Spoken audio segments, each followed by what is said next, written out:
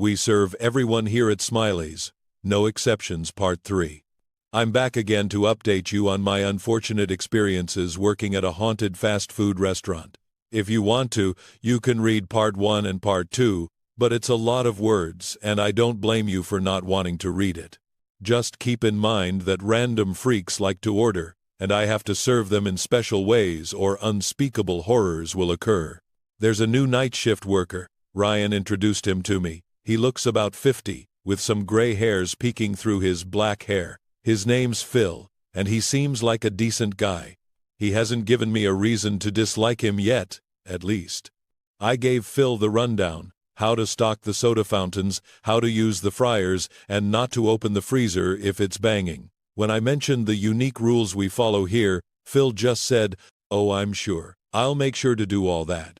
I insisted I wasn't joking, that he really needed to follow them. He waved me off. My ex-wife used to be into all that New Age spiritualism and spirit talking, and trust me, the only thing it killed was our marriage. He let out a deep belly laugh, the kind only someone going through a midlife crisis can manage. I let Phil run the kitchen while I did drive-through. The customers weren't bad. I've gotten used to most of them, and if anything happened inside, I could handle it. Phil didn't seem like he was planning on dealing with it. Everything was going fine. A decently busy night with only one or two unique customers. A family of mannequins ordered from a white van. Weird, but not even top 5 around here.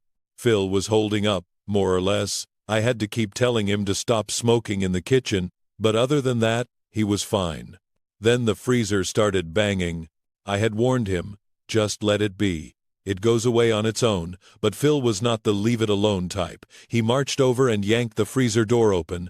"What the hell is that thing?" he yelled, as I ran into the kitchen. Before I could stop him, he stepped inside and pulled the door shut behind him. Well, there goes our newest employee. That sucks. It was nice having company.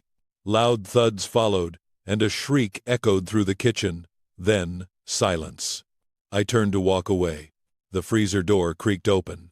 I forgot to lock the freezer. Whatever thing was in there was coming for me next. I bolted toward the door, praying I could lock it in time, and saw Phil step out. "Shouldn't be a problem no more," he said, wiping his hands. "Found the hole that thing had been using to get in, covered it up real good." He said it like he hadn't just gone hand-to-hand a demon pig. "Hole?" "I've checked the freezer before, just out of curiosity. Never found anything." "What was in there?" I asked. "Just some kind of raccoon. It was real messed up though. Must have been hit by a car. No hair. I think there was an extra arm growing out of it." I must have looked horrified. "What, you never seen a raccoon before?" At the end of shift, Ryan came in and asked how Phil's training went. I gave him the basics, left out the freezer incident. Ryan might have gotten Phil in trouble, and honestly, Phil's kind of grown on me. "That's good," Ryan said. "I'm sure he'll be a great fit, don't go in there." Phil had started to open the white door in the lobby. "This isn't the pisser?" he asked. "Bathroom's over there," Ryan said, pointing at the clearly labeled door. "No one's supposed to go in there unless the owner says so." He leaned in and whispered, once Phil was out of earshot, "Anyone who goes in there never comes back." A shiver ran up my spine. Ryan had never been that direct before. "But don't worry. As long as you work hard, you'll never need to go in there." "Got it," I muttered. "Good. Now go clock out and enjoy your day." Things were going well for the next few weeks. Phil and I started alternating shifts, only working together on the busy nights. I developed a pretty good system to make sure I got all my work time, and that left me with time to organize the Smiley's special guest reference. I sorted entries by indicators like effects headset or effects cameras. Figured it'd be easier to use in the heat of the moment. One night, while reorganizing the pamphlet, a car pulled into the drive-thru. I grabbed my headset. "Yeah, can I get a 5 combo, please?" the voice buzzed through, "with a medium fry on the side, no salt, and a Smiley meal, but apples instead of fries." Oddly specific order. Way more thought than we usually get from stoned teenagers ordering 4 burgers. "Absolutely," I said. "Pull up and pay at the window." As the car approached, something felt off. The voice was familiar, which wasn't too odd. We get repeat customers. But something was off about the order. I'm almost positive someone had ordered the exact same thing earlier. Then the car reached the window. I looked up and almost jumped out of my skin. The driver had no face, just a pale, smooth head with dents where the eyes should have been. Its mouth stretched into a massive, toothy grin, rows of long, jagged yellow teeth. I kept it together, somehow. It handed me cash, bony, pale fingers with black veins and crooked brown nails. Carefully grabbing the money and putting it into the register, I said, "I'll have your food out in a moment." I started closing the window. It shot its arm forward, gripping my hands with its cold, clammy fingers. "Make sure you get my order right," it rasped.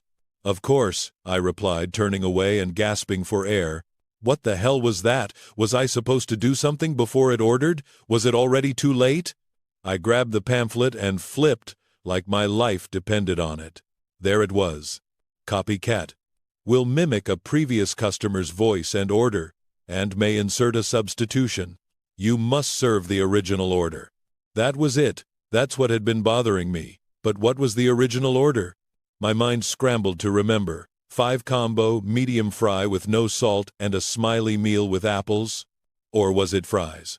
Think, Andrew, I always stock apples at the start of every shift. If a pack's missing, then it means the order comes with apples. I opened the cooler. The container was missing a pack. Got it, apples for the Smiley meal. Unless I forgot to restock? And what if the original order did have salt? My heart raced. Out of the corner of my eye, I saw it. The eyeless face was pressed against the window, its breath condensed on the glass. It knew I didn't remember. I had to choose. Fast. I cooked a 5 combo, medium fry with salt, and added a Smiley meal with apples. No salt fries are weird enough that I would have remembered. At the window, I handed it the bag. "Can you tell me what I ordered?" it asked, its grin growing impossibly wide.